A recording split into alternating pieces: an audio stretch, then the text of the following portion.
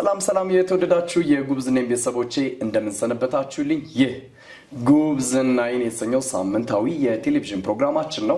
የፕሮግራሙ አዘጋጅና አቅራቢ ታምራት ሞቲ ነኝ።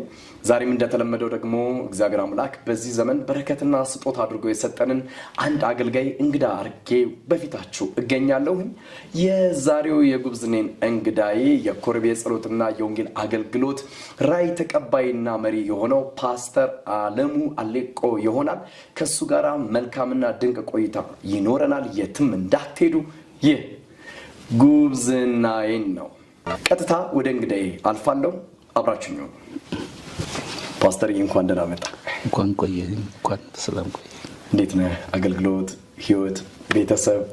እግዚአብሔር የተባረከ ይሁን። አገልግሎት፣ ህይወት፣ ልጆች፣ ቤተሰብ ሁሉ ሰላም ነው። ደህና ነው። እግዚአብሔር ይባረክ። ያስታውቃል የሆነ ነገር ሁሉ መልካም እንደሆነ። ሁሉ መልካም ነው።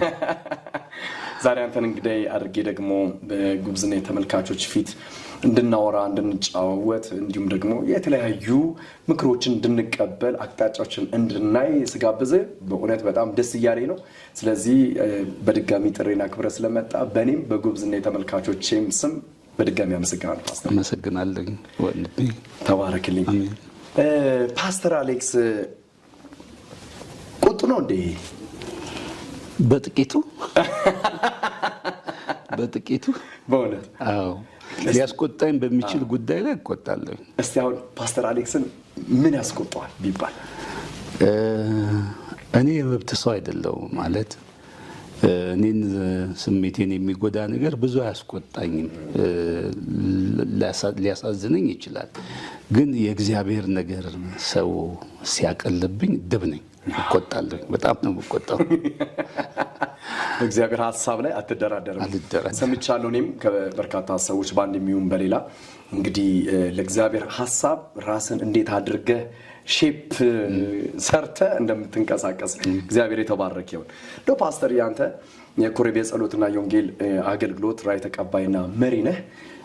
ኮረቤ ጸሎትና የወንጌል አገልግሎት በምን ዓላማ የተመሰረተ አገልግሎት ነው? ጅማሮስ ምን ይመስል ነበር? እንግዲህ በርካታ የጸሎትና የወንጌል አገልግሎቶች አሉ ኢትዮጵያ ምድር ላይ። አንዳንዶች እንግዲህ በሚዲያ ይታወቃሉ፣ ሶሻል ሚዲያ ላይ ይታወቃሉ። ኮረቤ የጸሎትና የወንጌል አገልግሎት ደግሞ ስውር ነው፣ ድብቅ ነው፣ ውስጥ ለውስጥ ነው መሰለኝ። እንግዲህ 24 ዓመት ቀላል አይደል? የኔን እድሜ ማለት ነው። አታምንም? አንድ ሐሙስ ነው የቀረው።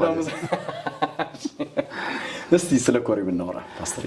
ኮረቤ የጸሎትና የወንጌል አገልግሎት የዛሬ 24 ዓመት አካባቢ ነው የተወለደው። ኮረቤ የጸሎትና የወንጌል አገልግሎት ሲመሰረት በዚያን ወቅት ብዙ ሚኒስትሪዎች ኢትዮጵያ ውስጥ የሉም። አንድ 4 አስታውሳለሁ። ግሬት ኮሚሽን፣ ኢቫሱ፣ ፕሬየር ሃውስ የ4 ሰዓት የጸሎትና የጸሎት አገልግሎት፣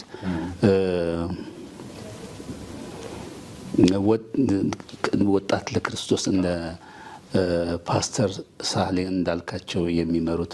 ከዛ ውጪ ብዙ አላስታውስም። እኔ 5ኛ ነኝ ብዬ አስባለሁ ኮረቤ የጸሎትና የወንጌል አገልግሎት።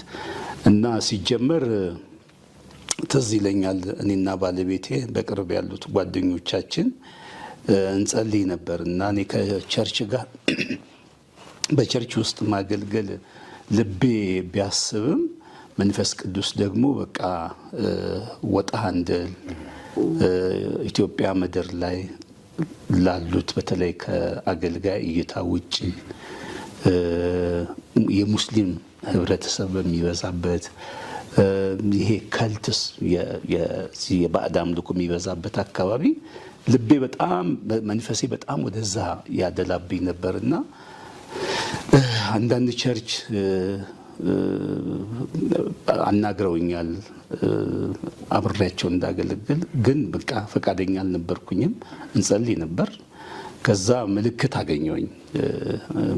አገኘሁኝና ወደ ሰሜን መውጣት እንደሚገባኝ ከዛ ጀምሮ እግዚአብሔር ሊንቀሳቀስብን እንዳለ ምልክት ሳገኝ ቀጥታ ወደ መተከል ነው የሄድ ነው። የዛሬ 24 ዓመት የመጀመሪያው መተከል ቻግኒ ምድር ገባን።